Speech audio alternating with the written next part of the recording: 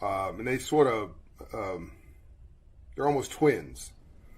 Perseverance and resiliency. Perseverance and resiliency. Part of resiliency is an inner fortitude, an inner voice, an inner strength. There are things that are external to you that can zap you, that can almost destroy you. And those outer things affect the inner things. Why? Because we're not human beings having a spiritual experience. We are spiritual beings having a human experience. Let me read something to you that came from a friend, an article that came from a friend, from an article in Nigeria that just touched my soul earlier today. I shared it with Shatra, and I'm going to share it with you. Listen now. Listen to every word. This is everything. Every time you succeed, there are some people that die a little. This is so deep. I'm going to repeat that. Every time you succeed, there are some people. These are not people who you want to be around. These are not people you should try to be around. These are toxic people. There is something wrong with these people. But I have met these people. I know these people. I have seen when it's like they're twins. It's like part of them is a good person and wants to be good, and part of them is a person that doesn't like themselves and wants to kill you. Just wants you to go away if you're succeeding, because it means they're not succeeding, and that somehow reflects upon them. And you can see as they're asking you about your life and what's going on, they mean well when they're asking, but when they're getting the answer, when it's too good, you can see some of the light drain out of them and the darkness fill inside of them. And it's almost like they've got a little bit of daggers out. And you want to stop talking mid-sentence. If you're a high-frequency person, you're paying attention, you want to stop mid-sentence because it's clear that you're upsetting them. Now, you don't want to live your life for somebody else.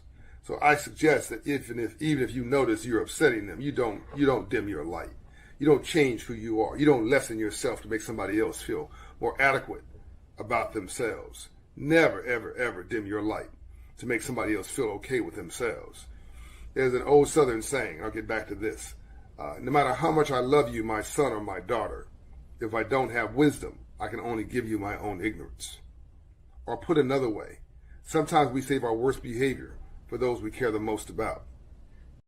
So people can only give you what they got, all right? So if they've got darkness, guess what they're going to give you? Back to the article. Every time you succeed, there are some people that die a little.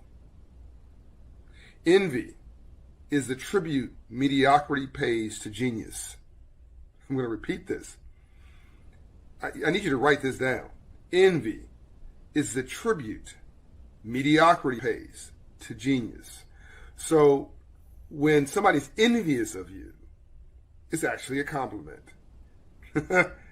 It's actually a compliment because it means you're doing something that they should admire but actually feel resentful about. Aristotle said, quote, envy is pain at the good fortune of others. Pain at the good fortune of others. When men are full of envy, men and women, by the way, I've seen people envious of my wife Shatra for no good reason. She's got a beautiful spirit and a beautiful soul. She's all love. You know, she's human. She's got moments where she's not perfect. Okay, nobody's perfect, but I will tell you, Shatra has good intentions all the time. She intends to be a good person all the time. She loves genuinely everybody she meets. She wants the best for you. She just means to serve. So why would somebody have a negative feeling about Shatra unless they're just hating on her? Because she's just doing too well in comparison to what is going on in their life. And so if it can happen to her, it can happen to you. It certainly could happen to me. I don't accommodate people. Shatra is more accommodating. I don't accommodate folks. I'm over it, around it, through it. I'm going to get to it. And so I might actually breed a little resentment because I'm just running so hard. And I'm charging so fast, and my motto is that no one's going to keep me from achieving my objective that God gave me in this life. I'm a knight. I'm a knight for the goodness of God. I'm part of the round table for the mission of a greater good, and nothing's going to keep me from it. And I don't suffer fools or people with bad intentions. In fact, if I know you have bad intentions, I almost run through you faster. So I will breed some people who feel some sort of way about me, and I've decided that's okay. I'd rather you respect me and learn to like me than like me and never respect me. But there's literally no reason not to like a Shatra or a Quincy Jones or an Oprah Winfrey. There's so many examples of people. My mother, Juanita Smith. But I see the envy, and I see occasionally the dislike. An Andrew Young, why would you not like an Ambassador Andrew Young? My God. But there are people who player hate on Ambassador Andrew Young who were in the civil rights movement who will make some crap up like, oh, well, he never got beat up in the civil rights movement. He didn't get arrested. What kind of mess is that? I mean, there was, by the way, the FBI told Ambassador Young when Dr. King was assassinated on that balcony, and they were there together on that balcony in Memphis. Dr. Andrew Young was one of the people pointing, saying, their shooter is over there. And there were instructions. If you miss the dreamer for the sniper, kill the strategist. I repeat that. If you miss the dreamer, Dr. King, kill the strategist, Andrew Young. So he's his whole life. But Dr. King never wanted Andrew Young arrested. That's why he was never arrested. Dr. King never wanted him beat up. That's why he wasn't beat up, because he was a negotiator. He was the one. That's a whole other story for another time. I'll tell that story if you want me to. Put it in the comments, and I promise you'll come back and tell that story, but in some detail. But folks player hate on Ambassador Young in the civil rights movement. Other peers in the movement, Andrew Young ain't nothing. That ain't nothing but envy. Nothing but folks who hating on him because they are envious of him because he's a sweetheart, or as Shakespeare would say, he's a love bug. Okay, back to what I was saying. Let me get this done. Envy is pain at the good fortune of others. When men are full of envy, they disparage everything, whether it is good or bad.